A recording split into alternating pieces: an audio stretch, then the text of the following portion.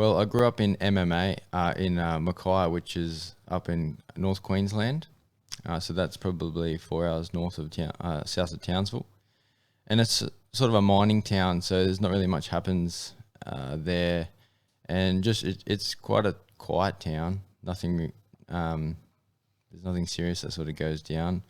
But just schooling and stuff like that I went through. Then my parents sort of split up when I was 10, and that was pretty hard to deal with. And I sort of used like the anger of that and got myself into quite a bit of trouble and stuff, and moving around to different schools and whatnot. So that was hard to deal with.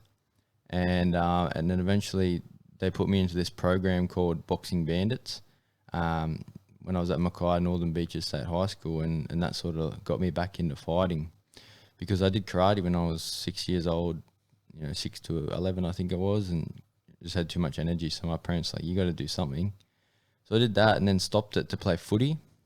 That's a normal thing in Queensland for a kid, just play footy. And then played that for a bit, but I was too skinny to play footy, so they just put me out on the wing, and I'd never get the ball, so it was pointless playing. So I was like, oh, and that just made me even more angry. So then I'd fight more. But then once I started the boxing program, that was really good because they gave us some incentive that at the end of the 10 weeks, you can like have a fight at the local pub. Like it was just in a ring and whatnot, gloves, headgear, stuff, and just rocked up and used to about the same weight. Yeah, you just can jump in there in front of all these people and just punched on. And then there was no winner. It was just a like exhibition sort of thing. And that sort of lit the fire again. So I went down to Mackay MMA under David Garnham there and started training.